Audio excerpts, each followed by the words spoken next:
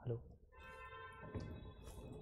Good evening, hello and welcome on YouTube channel of cameras academy. मैं हूं आपका DJ sir और आज मैं बात करने वाला हूं रिडॉक्स रिएक्शंस यूनिट में ऑक्सीडेशन नंबर अगर कैलकुलेट करना हो तो किस तरीके से हम स्ट्रक्चर की हेल्प से ऑक्सीडेशन नंबर को कैलकुलेट कर सकते हैं, वो भी हर एक एटम के लिए। मुश्किल है लेकिन मैं करके दिखाऊंगा कि कैसे कर सकते हैं। अच्छा, आज से पहले जो आपने मेथड सीखा होगा उसमें कई बार प्रॉब्लम हो जाती है, स्पेशली इस तरह के मॉलिक्यूल्स के लिए। H2SO5 में अगर आपसे कोई कहता है सल्फर का ऑक्सीडेशन नंबर कैलकुलेट करिए तो आप लिखेंगे 2 मल्टीप्लाइड बाई +1, सल्फर का x मैंने कंसिडर कर लिया, ऑक्सीजन का 5 मल्टीप्लाइड बाई -2, न्यूट्रल मॉलिक्यूल है इक्वल्स टू 0 लिखा, यहाँ से x की वैल्यू ये आ गई 10, सल्फर का ऑक्सीडेशन नंबर 10 आ गया जो कि हो ही नहीं सकता, सॉरी 8 आ गया यहाँ से, जो कि नहीं हो सकता ना।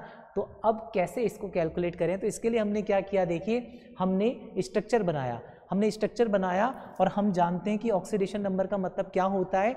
Oxidation number is defined as the charge which an atom seems to have when all other atoms are removed from it in the form of ions. ठीक है, तो देखना मैं हर एक बॉन्ड को ब्रेक करता हुआ जाऊंगा, हर एक बॉन्ड को ब्रेक कर रहा हूँ। सबसे पहले मैं ब्रेक कर रहा हूँ इस वाले बॉन्ड को, ऑक्सीजन और सल्फर के बीच में जो डबल बॉन्ड बना है अगर उसे ब्रेक करेंगे तो हम देखेंगे ऑक्सीजन पे -2 चार्ज आएगा क्योंकि ज़्यादा इलेक्ट्रोनेगेटिव है, चारों इलेक्ट्रॉन्स अपनी तरफ खींच लेगा।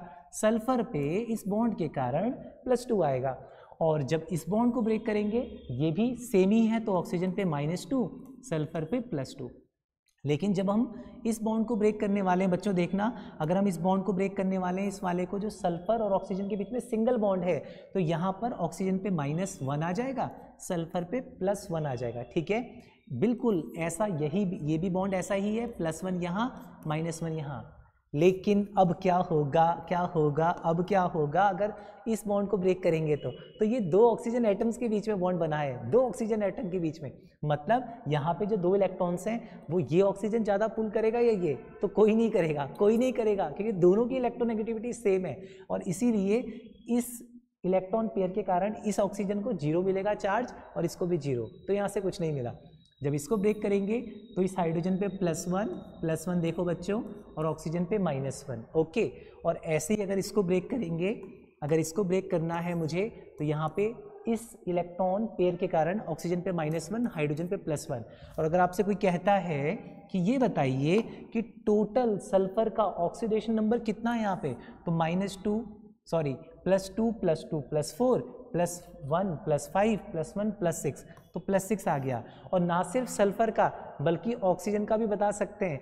तो इससे पहले वाले जब हमने कैलकुलेट किया तो वहाँ सल्फर का गलत क्यों आया, क्योंकि वहाँ पर हमने सारे ऑक्सीजन एटम को -2 लिया था, जबकि सारे -2 नहीं है, हम देख रहे हैं 3 -2 में और बाकी 2 +1 -1 में। ओके, ये आपको ध्यान रखना है। उम्मीद है आपको ये समझ में आया होगा। तो फिलहाल आज इतना ही, थैंक्स फॉर वॉचिंग।